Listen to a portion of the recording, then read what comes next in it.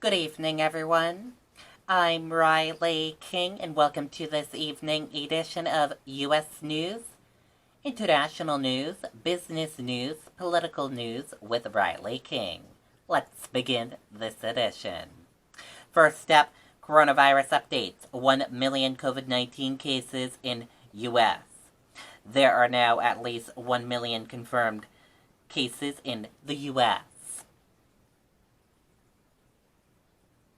Today's biggest developments. Global cases surpass 3 million. U.S. cases top 1 million. The world should have listened. Who says?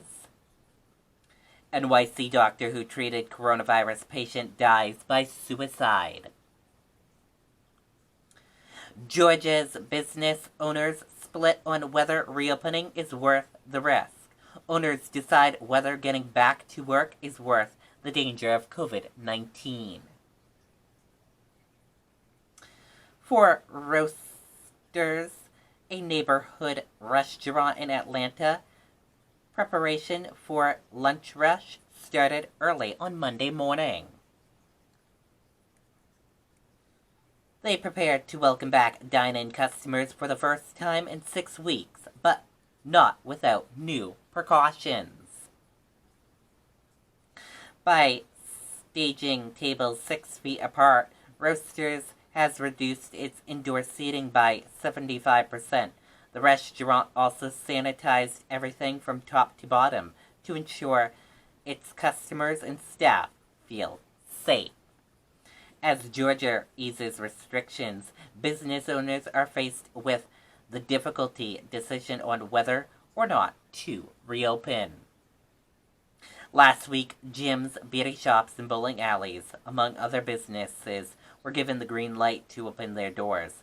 Some restaurants are following suit with limited dine-in service. Pope urges virus lockdown ordinance aimed church-state debate.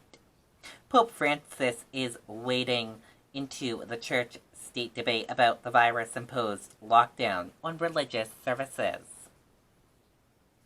Pope Francis waded into the church-state debate about the virus-imposed lockdowns on religious services, calling Tuesday for precedents and ordinance by government protocols to prevent infectious from surging again.